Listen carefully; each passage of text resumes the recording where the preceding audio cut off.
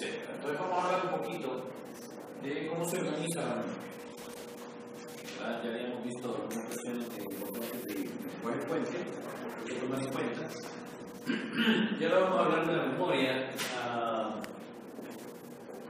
Generalmente, en diferentes lenguajes de esta plataforma va a tener una organización similar a esta, ¿verdad? Con algunas pequeñas variaciones quizás, pero bastante similar, ¿verdad? Entonces vamos a tener un espacio en memoria, que es donde se almacena el código del programa, ¿verdad?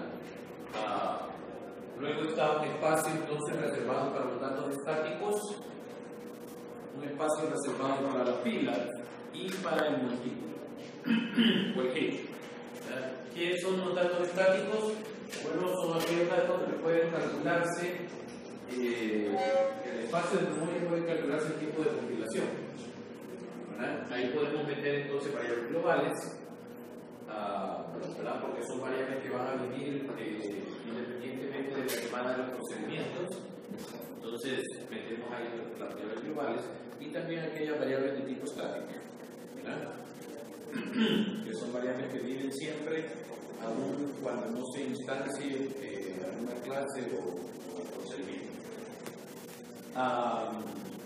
Anteriormente, como les comentaba yo, algunos lenguajes de programación utilizaban las llamadas procedimientos, utilizaban la variable de los procedimientos dentro de datos estáticos, así que no fuera posible llamar a recursiones. Entonces, pero básicamente, por ahorita, lo que se guarda en los datos estáticos es entonces la información que se calcula el tiempo de compilación.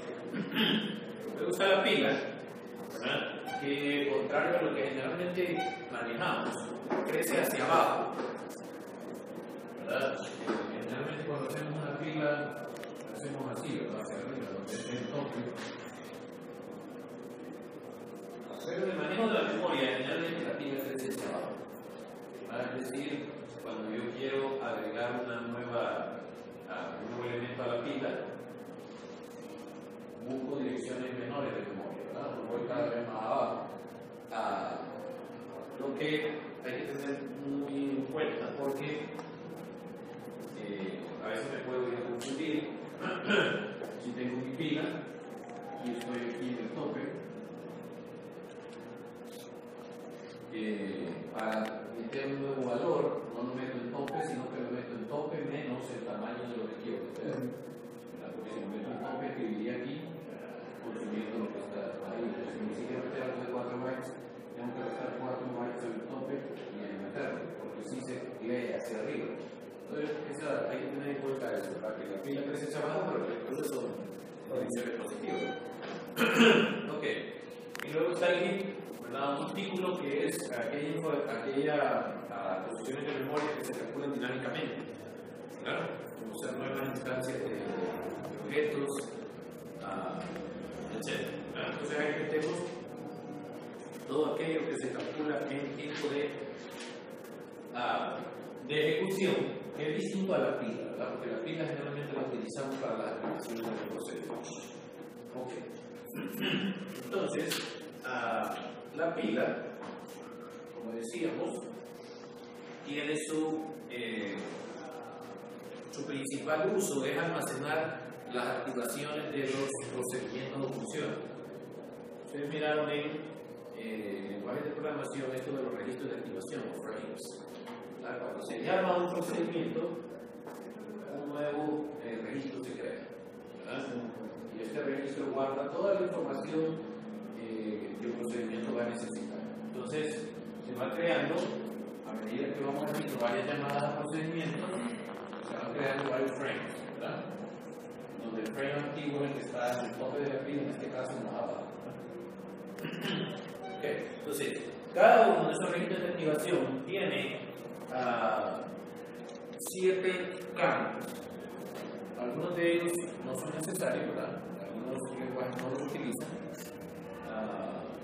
Pero esos son los 7 campos de manera que usan o no algunos lenguajes, ¿verdad? Pero eso es todo lo que van a guardar. Más de eso, en realidad, hay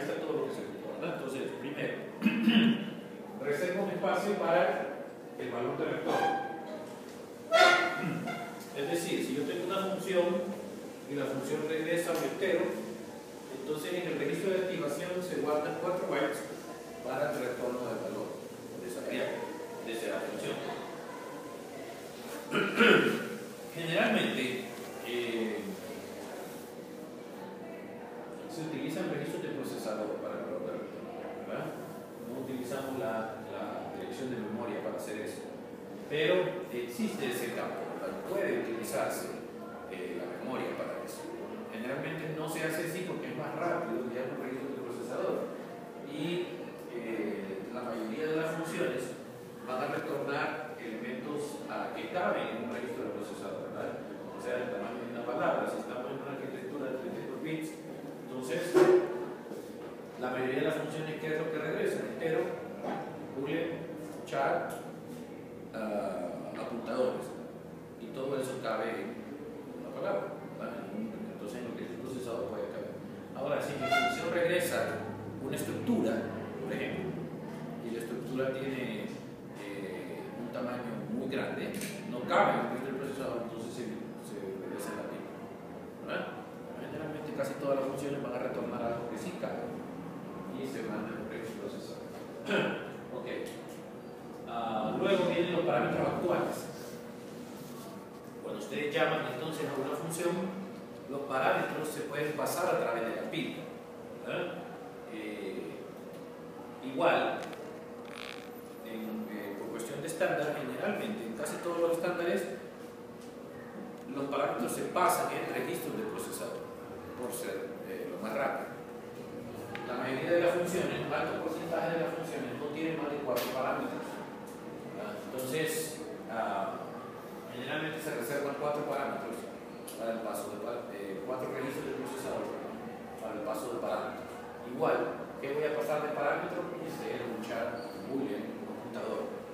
Un arreglo, por ejemplo, es un apuntador también. Entonces, generalmente todo cabe en el registro procesador. Ahora, si voy a mandar algo muy grande o me paso de los 4 parámetros que están establecidos, entonces eso va en la pila, ¿verdad? En el caso de su proyecto, creo que así dice la restricción, dice los primeros 4 parámetros van en el registro del procesador y el resto se pasa en pila.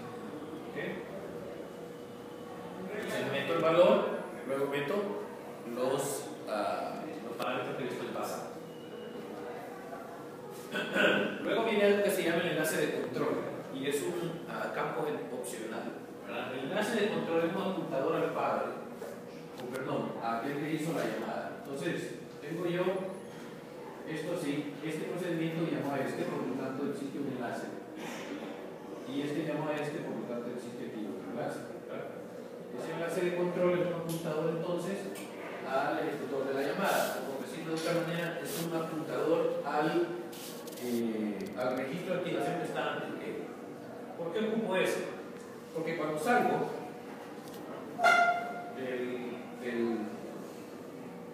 de la función, necesito dejar todo tal como estaba. Entonces necesito tener un apuntador al registro de activación anterior para poder eliminar eso y dejar todo, ¿verdad? ¿Por qué es opcional? Es opcional porque algunos lenguajes mantienen tamaños estándares de registro de activación. Entonces, por ejemplo, el registro de activación va a pedir 32 bytes, punto. Entonces, cuando yo elimino, yo sé exactamente dónde está el otro, está 32 bytes antes, por lo tanto no necesito tener una apuntadora a él. Ahora, generalmente, en los lenguajes de programación esos registros son de tamaño variable, y es por eso que yo necesito tener claro dónde empieza el registro anterior, ¿verdad? Esa es la idea del enlace de acceso. El enlace de acceso también es opcional y es un apuntador al padre de la función, que es distinto a quien lo llamó. Supongamos, en el caso de ustedes, esto va a ser un dolor de cabeza en su proyecto. Tienen esto así, y pueden tener esto así y así, ¿verdad? Donde ambos son hijos de P. ¿Okay?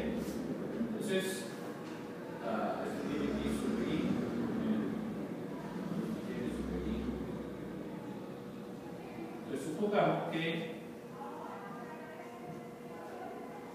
en el procedimiento P se va a llamar a P2. Y P2 manda a llamar a P1. ¿Ok? ¿Cómo funciona esto? Va a estar P en la pila, ¿verdad? Alguien va a tener que llamar a P primero. Y cuando se llama P, P llama a P2. Entonces, se crea un nuevo registro de afirmación para P2 que tiene un enlace de control hacia quien lo llamó y un enlace de control hacia su padre. Su padre es P. Y como este es el registro de P, este apunta para acá. Este es P y este es P2. ¿Sí? Luego P2 llama a P1. Entonces, se crea acá un nuevo registro para P1 con un enlace de control, este es un enlace de acceso. Y un enlace de acceso a su padre. Y el padre de P1 es P. ¿Verdad? Entonces este va así. ¿Sí? Ahora, ¿por qué es opcional ese campo? Es opcional porque en procedimientos, esto funciona mucho para procedimientos anidados. Pero cuando no es procedimientos anidados, no es necesario. Porque el padre siempre es el que lo llamó. Oh, perdón, porque no hay padres. Todo está en el mismo nivel. ¿Verdad? Pero el procedimiento anidados sí necesito hacerlo quitado del padre. Ok, dos preguntas. Siempre que un procedimiento es llamado, ¿su padre está en la pila? Sí. Sí. ¿Verdad? Entonces, sí está en la pila. ¿Dónde está? Es bien difícil de saber, pero está en la pila. ¿Verdad? O sea, aquí estaba dos arriba, pero aquí está un tono más arriba. Y debe crear ese enlace exactamente donde el papá está. ¿Verdad? Vamos a aprender cómo se hace eso. Ok. ¿Para qué sirve esto? Este sirve para regresar todo tal como estaba. Para saber si está dentro del ámbito. Para el ámbito, exactamente. Esa es la función. Si P1 hace referencia a una variable I y I está declarada acá. Si esta variable no es local, tengo que ir a buscarla en el padre.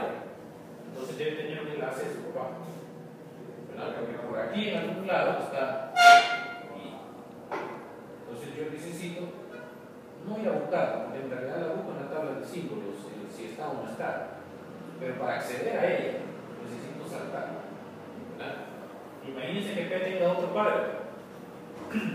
Entonces, empieza a saltar hasta donde debe estar esa variable y luego el acceso.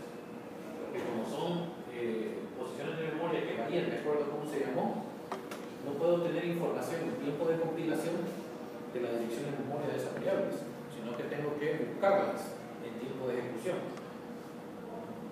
O sea, si yo aquí digo I igual a 3, es bien fácil ponerlo en un lenguaje, pero en un lenguaje ensamblador la I no existe como tal, porque es una variable de un procedimiento y su dirección de memoria no la conozco. ¿Por qué? Porque no sé en qué momento se llama el procedimiento. Y donde se llame el procedimiento, ahí va a aparecer esa I. Entonces lo que nosotros manejamos son direcciones relativas de esa variable. O sea, desde donde empieza el registro de activación de P, la I está 16 bytes abajo. Yo tengo que brincar hasta donde empieza ese procedimiento y luego bajar 16 bytes. Todo eso hay que hacerlo en código, que genere código para hacer eso. ¿Verdad? Ok. Esto es lo que más le va a costar. ¿Verdad? Esto es lo más difícil de implementar para mí en el proyecto de manejo de la memoria en el ensamblador. Ok, luego viene entonces el estado de la máquina. El estado de la máquina es guardar información de cómo estaba algunos registros del procesador antes de ser llamado al procedimiento, para que cuando regrese deje todo tal como estaba. Si teníamos cálculos de temporales, algunas operaciones que necesitábamos guardar porque se usan después, dónde estaban apuntando el tope de la pila, cómo estaban algunas direcciones de retorno, etc. tal como estaban todos los registros, hay que guardarlos y ahí volverlos a dejar como estaban, para que el procedimiento siga su ejecución normal. Entonces eso se guarda en el estado normal. Luego vienen los datos locales, que son estos, ¿verdad? Yo tengo una variable que les asigna espacio de memoria en la pila para ellos. Y después vienen los temporales, algunos temporales que ocupan y que necesitan guardar antes de mandar a llamar. Estamos, son 7 campos, ¿verdad? Para los revueltos, los parámetros actuales, enlaces de control, enlaces de acceso, estado de la máquina, datos locales y los temporales. De esos 7, ustedes van a usar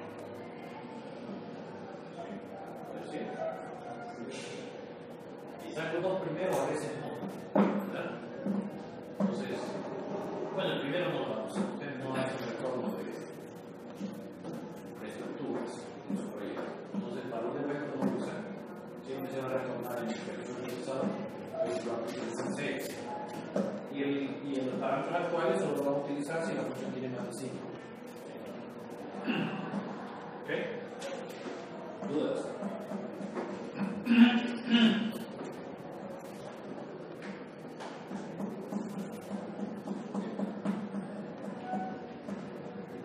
Entonces, hay varias estrategias para la asignación de la memoria. La primera de ellas es la asignación estática, es decir, dispone la memoria para los objetos en tiempo de compilación. Lo que estábamos hablando, la que guardaba en la parte que decía datos estáticos. Ahora, antes los lenguajes de programación lo hacían incluso para las funciones, ¿verdad? Las variables de las funciones se asignaban en tiempo de compilación, el espacio de memoria que iba a ocupar. Ahora no hacemos eso, ahora guardamos este tipo de asignación solamente para variables globales y variables de tipo estático. O sea, las 3 técnicas que vamos a ver aquí, las que se siguen utilizando, pero para diferentes cosas. No como antes que se utilizaba incluso para todo el manejo de la memoria. En este caso solo es para cierta variable. Luego está entonces la asignación por medio de pila, ¿verdad? Que trata la memoria como una pila que vamos teniendo de todo. ¿Para qué utilizamos esta asignación? Para los registros de estimación, ¿verdad? Es quizás el enfoque más adecuado para el manejo de procedimientos, pero como vamos a ver, está implementado. Y por último, la asignación por medio de contíguo, ¿verdad? Que divide la parte de memoria contigua conforme la necesiten los registros de activación como otros objetos. Vamos agarrando la memoria y vamos creando, devolviendo espacio. Ocupo 10 bytes del espacio de información, ocupo tanto, ¿verdad? Ese es el objetivo.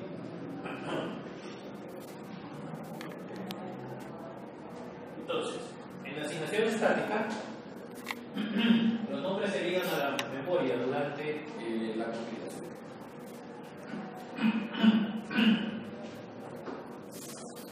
Como los enlaces no cambian durante la ejecución, cada vez que se activa un procedimiento, sus nombres se enlazan a la misma posición de memoria. Es decir, esta variable tiene siempre su misma posición de memoria. Eso es muchísimo más fácil de programar, ¿verdad? Esa ahí siempre va a ser tal posición. Yo quiero acceder ahí, voy a esa posición y se acabó. Eso es lo más sencillo. Por eso los lenguajes de antes lo hacían así. ¿Cuáles son las limitaciones que le ven a eso?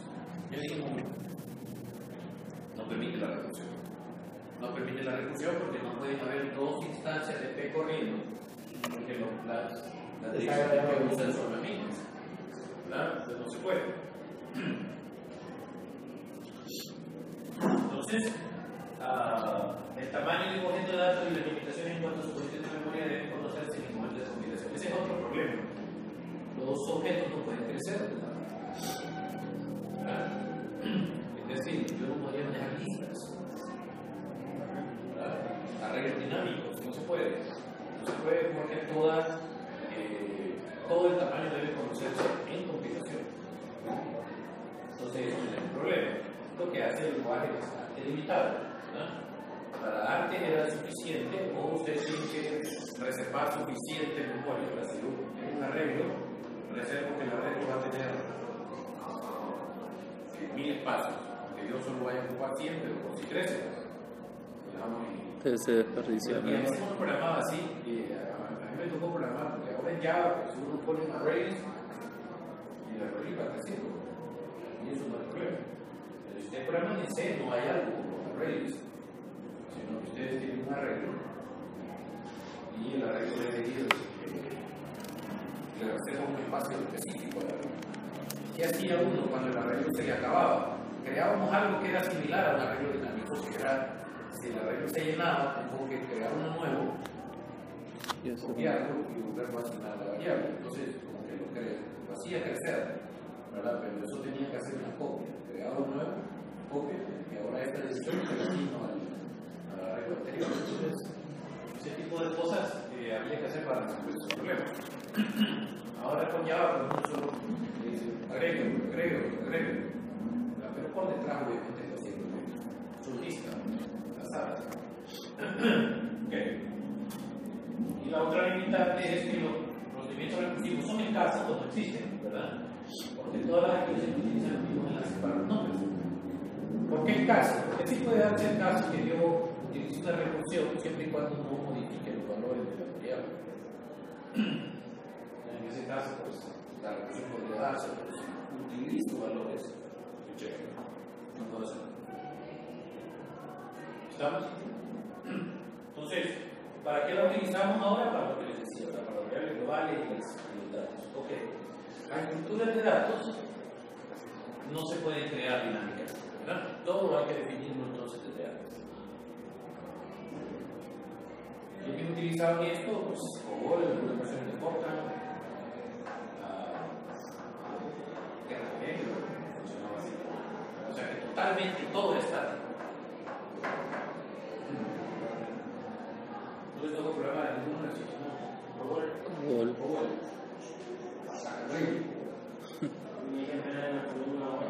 Sí, COBOL respetaban los tabs. Hasta eso. Ponían toda la primera columna, la columna tal, luego tenían los otros en 4 más 4 espacios más acá. Ok, asignación por medio de pila. Se basa en la idea de una pila de control, ¿verdad? La memoria se organiza como una pila y los objetos de activación se introducen y se sacan cuando las activaciones comienzan y terminan respectivamente. ¿Okay? Y existen varias formas de hacerlo. Registros de tamaño fijo. Le voy a meter siempre el registro mide tantos bytes. Entonces, cuando voy a crear un nuevo registro de activación, meto un bloque de ese tamaño, aunque use menos. Si uso más, entonces meto otro bloque igual. ¿Sí? Entonces, si yo tengo 40 bytes, es lo que reservo, pero voy a necesitar 48, entonces meto 80. Entonces, este es uno de los modelos que desperdician memoria, pero que hace más fácil el uso de las pilas como tal, porque los registros son siempre del mismo tamaño. Hay registros de tamaño variable también, ¿verdad? Que es generalmente el que vamos a usar. El registro mide lo que ocupa. Nada más. Si ocupa más grande. ¿Verdad? Si ocupa menos. Ok, para esto existe algo entonces que se llaman secuencias de llamada. ¿Cuántas investigaciones hemos hecho? Una. Las secuencias de llamada son estándares que dicen qué pasos deben seguirse al momento de llamar un procedimiento. Porque eso va a variar de lenguaje a lenguaje y de plataforma a plataforma. Digamos, cuando P llama a P2, ¿quién debe guardar el estado de la máquina? ¿P o P? El estado. ¿P o P2? ¿El que llama o el que fue el que llama? Cuando P2 termina, ¿quién debe limpiar todo? ¿P o P2? ¿Cómo pasan los parámetros? ¿De izquierda a derecha o de derecha a izquierda? ¿Los pasos en la pila o los pasos en registros de procesador? ¿En qué registros los pasan? O sea, hay un montón de cosas que van a variar, ¿verdad? Y no todos los lenguajes lo hacen igual. Por ejemplo, Pascal mete los parámetros de izquierda a derecha, es decir, si yo tengo aquí A, B y C, es lo que es decir A, B y C. Ahora, C lo mete al revés. C mete C, B, A. Entonces, el procedimiento llamado debe saber que los parámetros se los metieron al revés. ¿Verdad? Entonces, ¿cómo hacen eso? Porque sigue un estándar. Hay un estándar para eso. Y el estándar puede variar también de Windows a Linux o a cualquier otro, no sé, a cualquier otra plataforma. ¿Verdad? Entonces, me van a hacer una investigación de las secuencias de llamada en Intel. En Intel. ¿Verdad? Existen dos clasificaciones grandes que son los police y los color set, o sea, lo que llaman salva el llamado o salva el que llama. Y dentro de esa clasificación hay un montón de estándar. ¿Para cuándo? La luz.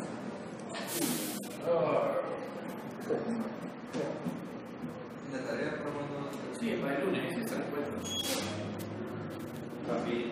La tarea la pueden dejar para el lunes, martes. Qué bonita vacación. Se la voy a dejar para el martes. Ok. Supongamos que tiene problema. ¿Verdad? Terminemos ese programa. ¿Qué le pasa a ese programa?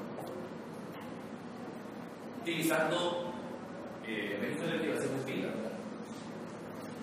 ¿Qué tiene de malo? ¿O qué problema tiene?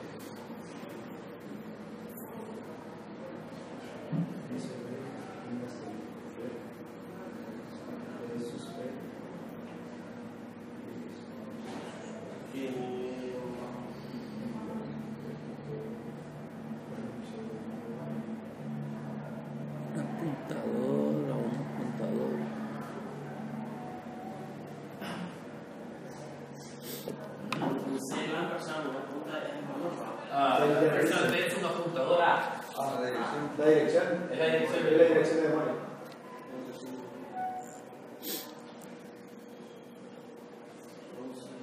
Memoria, está en main, ¿verdad? Sí. El main tiene un registro de activación con una variable P, que es una computadora. Es una computadora entera. Entonces, luego se llama suspende. Suspende crea un registro de activación, ¿verdad? Enlace. Y tiene una variable I. ¿Qué retorna suspende? La dirección de I. ¿Sí? Y esa se la asigna a P. Entonces hace esto. ¿Verdad? El problema es que eso es lo que retorna. Entonces, por lo tanto, no acaba. Pero no te da apuntado nada. Me queda apuntando ahí. Y entonces, ese apuntador quedó suspendido. ¿Verdad? Quedó apuntando a una dirección que ya no es válida. Eso se puede hacer, ¿en serio? Ahora, ustedes llaman después de ese P igual a suspende, hay un llamado a otro procedimiento.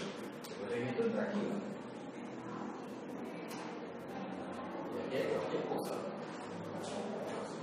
Y si después ustedes manipulan entonces el apuntador con P, es un desastre.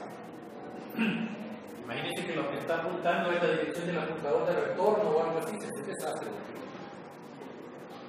Por eso a veces lo que les decía, cuando uno programaba en P, en C, con apuntadores, había gente que estaba programando y ¡pum! Se reiniciaba cuando se retrataba. Porque a ver qué fue lo que quedaba pasando. Entonces, eso se puede hacer. Igual estaría muy mal eso. ¿Cómo se hace eso? Se hace con montículo, se hace con heap, no se hace con pila. Entonces, lo que yo debía haber hecho es crear la variable I como un apuntador y después darle el new, ¿verdad? Entonces el new genera espacios no de acá sino de montículo. Crea un espacito aquí para la I, entonces aquí estaba la I, y si la I es un apuntador, entonces I queda apuntado acá, y después digo retorne I, pero retorne I es esto. Y esto se acaba y pega apuntando bien. ¿Por porque el bit no depende de la llamada, ¿verdad? Pero la pila sí. Entonces, ese es un problema. Además, direcciones suspendidas.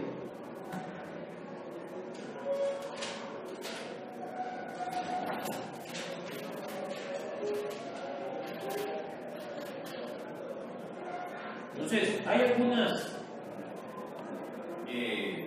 casos donde necesitamos hacer cosas así, ¿verdad? Necesitamos que algunos valores sobrevivan a la llamada de procedimiento, a la duración del procedimiento. Entonces, eso no se puede hacer con Python. Ahora necesito que los nombres vivan un poquito más allá. Entonces, ¿qué hace uno cuando necesita este tipo de cosas? Entonces, crea variables globales, ¿verdad? O crea variables estáticas, en el caso también de Java, que independientemente de si la función funciona o no funciona, yo pueda acceder a ellos. Cuando uno está programando en Java, por ejemplo, y hace llamadas a objetos tipo listener, para que escuchan eventos, hay que pasarle a veces datos. Y dice, no puedo acceder a esta variable si no es estática. Una cosa así sale en Java, ¿verdad? Entonces, no se puede hacer todo con Python.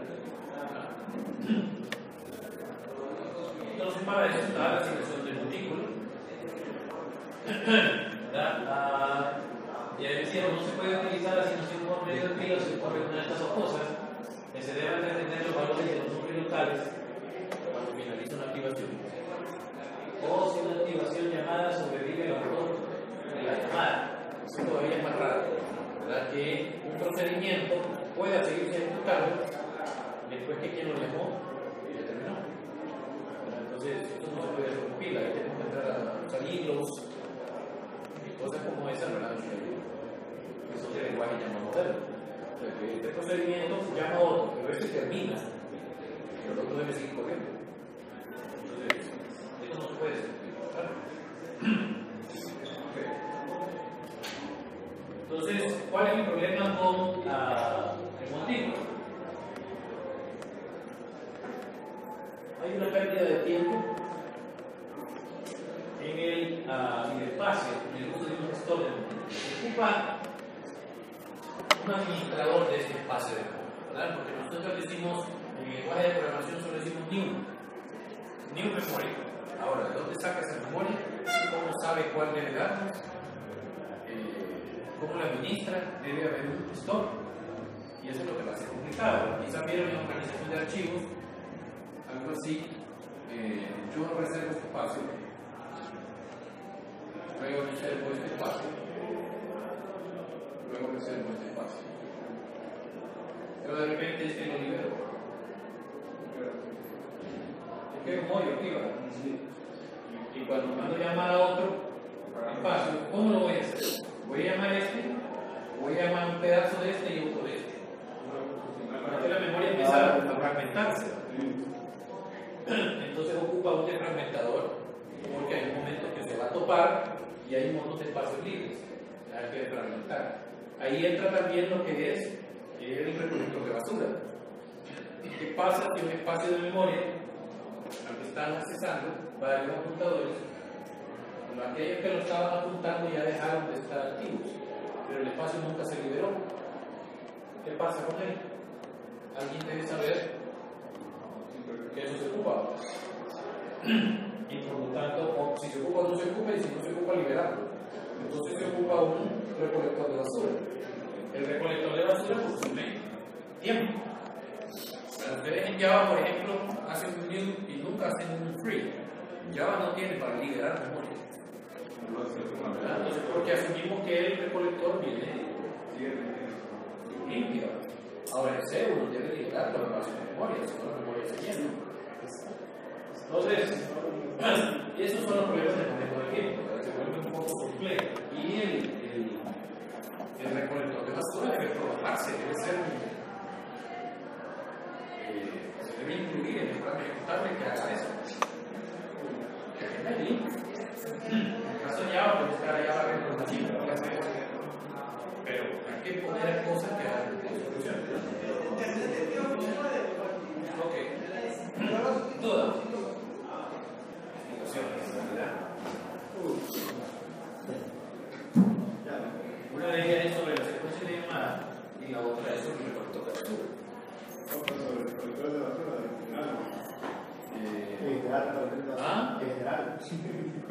No, vamos a. Esa se la voy a subir hoy. Solo vamos a hacer uno de las dos. Vamos a decidir cuál, porque la basura es bien interesante en realidad. Las técnicas para la recolección de basura. No está libre. ¿Cómo saber si ya un espacio mejor está libre, si no está libre? ¿Verdad? Entonces, vamos a ver si dividimos el grupo, uno que traiga uno y otro para que pongan aquí un poquito poco, porque sí es bien interesante los recolectores de basura. Igual la secuencia de llamadas, igual el concepto. Así que hoy se lo subo. Voy a aclarar cómo queda eso, ¿verdad? Vamos a pasar a lo que es el paso de parámetros, pero voy a meter muchas cosas y seguimos, así que vamos por aquí hoy, mañana seguimos.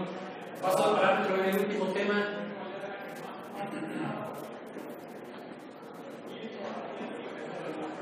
Echamos.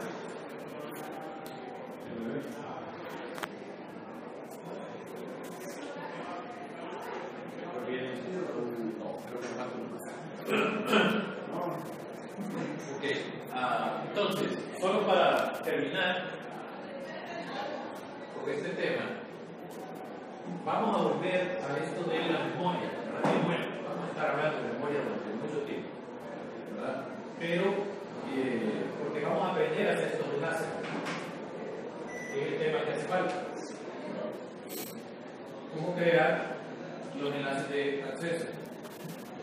Que para su proyecto es necesario, ¿verdad? ¿Cómo hago yo para crear cada uno de los enlaces? Entonces, antes de que entremos en esa discusión, es importante que recordemos cómo funciona la firma, ¿verdad? Entender un poquito lo que manejamos. Cada registro crea un nuevo, cada llamada crea un nuevo registro de activación que tiene 7 campos. Y valor de vuelta, parámetros, enlace de control, enlace de acceso, las variables locales. Luego viene el estado de la máquina, perdón, las variables locales y los temporales. Entonces, si ustedes se fijan, las variables empiezan aquí. Entonces, si este procedimiento tiene una variable i declarada, activa i y activa a, 4 bytes cada uno. Entonces, ustedes en su tabla de símbolos van a tener que guardar la variable a y le ponemos el tipo, se le guardan entero. La variable i, entero. Ya deben haber añadido otro campo en su tabla de símbolos o alguna forma de saber el ámbito. Pues ahora vamos a añadir otra, que se llama la dirección. ¿Dónde está? Entonces, en este caso, la variable i es la primera. Entonces, yo guardo una dirección relativa, porque no sé la dirección de memoria, o sea, no sé dónde va a estar. Lo único que sé es que desde donde empieza la variable, esta está hacia la posición. Y la a está 4. Entonces, vamos a aprender a hacer esto. ¿Por qué 4? Porque está 4 bytes más allá. Ahora, para saber eso, debemos tener entonces. Sería 3 entonces, o 4. 4 porque es un entero. La i es un entero. Entonces la i ocupa 4 bytes. 0, 1, 2. 0, 1, 2 y 3. 3, ah, la parte. Es el 4. Sí. Entonces, yo debo saber el tamaño de todo esto. ¿Por qué? Yo sé que la i empieza en la posición 0, pero en la posición 0 después que consumí todo esto de acá. Pero eso lo sé. ¿Por qué? Porque uno es el valor de vuelta. El valor de vuelta depende del tipo de la función. Si es un entero, son 4 bytes. Los otros son los parámetros. ¿Cuántos parámetros me pasan por aquí? Si me pasan 2 de 4 bytes, son 11. 4 que llevaba son 12. Luego viene un apuntador, el apuntador ocupa 4 bytes. Luego viene otro apuntador con otros 4 bytes. Y el estado de la máquina siempre guarda lo mismo. Entonces, este tamaño es conocido el tiempo de compilación. Yo puedo saber que ese tamaño son 20, digamos. Pero 20 bytes abajo, de donde empieza, están mis variables. Pero eso significa que cuando yo genero código en un ensamblador, tengo que decir, desde tal posición muévase 20. Ahí en esa 20, ahí está la I. Exacto. ¿Verdad? Esa es la manera que vamos a ver. Usted no puede decir I, existe I. Lo que existe es un espacio en memoria que yo reservé para esa I. ¿Verdad? Y le voy a accesar. Por eso que estoy diciendo que cuando lleguemos a código ya puede estar todo lo de tipo, ámbito, todo eso debe estar listo. Porque esto es lo difícil. Tiene que estar tipo, árbitros y guardar la dirección como Generación de código intermedio, todo eso debe estar. O sea, ustedes deben darse unas 2 semanas, 3 semanas, 2-3 semanas para código final.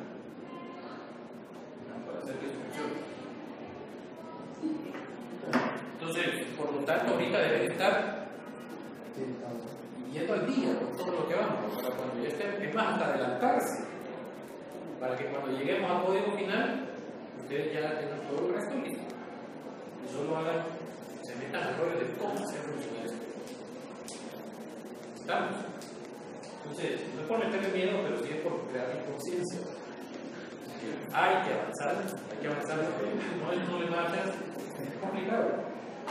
Esto es una técnica, no necesariamente la única técnica. Otra técnica puede ser que yo tengo una tabla de símbolos para el procedimiento principal, pero ese procedimiento principal tiene 2 símbolos, entonces creamos 2 tablas. Y este tiene otro ritmo, se va a quedar otra tabla. Cada tabla tiene ID, tipo. Ya no necesita ámbito. ¿Por qué? Porque el ámbito lo da la estructura. Y guarda la dirección. Está ahí el 0 y el 0. Cuando viene y accesa a una variable X, busca la X solo aquí. No necesita ámbito. No está aquí. Busca el papá. No está aquí. Busca el papá. Hasta que llegue a la raíz. Y si no la hay, es no la hay. ¿Y en qué más ayuda esto? Que si no está aquí, pero sí está aquí la X, entonces decimos, ¿cuántos saltos tuve que hacer para llegar a la X? 2. Esos son los saltos que voy a tener que dar para llegar a la dirección de memoria. La estructura que decidan para su tabla de símbolos también es importante. Esta es la más complicada de hacerla. Ahora, una vez que funciona, es buena. La matemática es rápida, ayuda. Pero la matemática es hacer una sola tablota. Y me metan todo. El problema de meter una sola tablota es que tiene que tener mucho control. ¿Qué está activo, qué no está activo? ¿Cuál es el ámbito de esta? ¿Cuál es el ámbito de la otra? Entonces, el manejo del ámbito le va a llevar un poquito de tiempo para definir qué tabla usa. Hay gente que usa pilas de tabla. La manera que creen su tabla de símbolos es. Esa tabla se va llenando con los barras, ¿no? Sí, los agrega que hicimos nosotros. En el bar, en la parte de arriba de declaración de Norteamérica, agrega Ella agrega la tabla. a la tabla. Sí. Y en la parte de abajo es cuando va a buscar si está en. Solo lo busca. Solo lo busca. Sí. El agrega se mete en las declaraciones.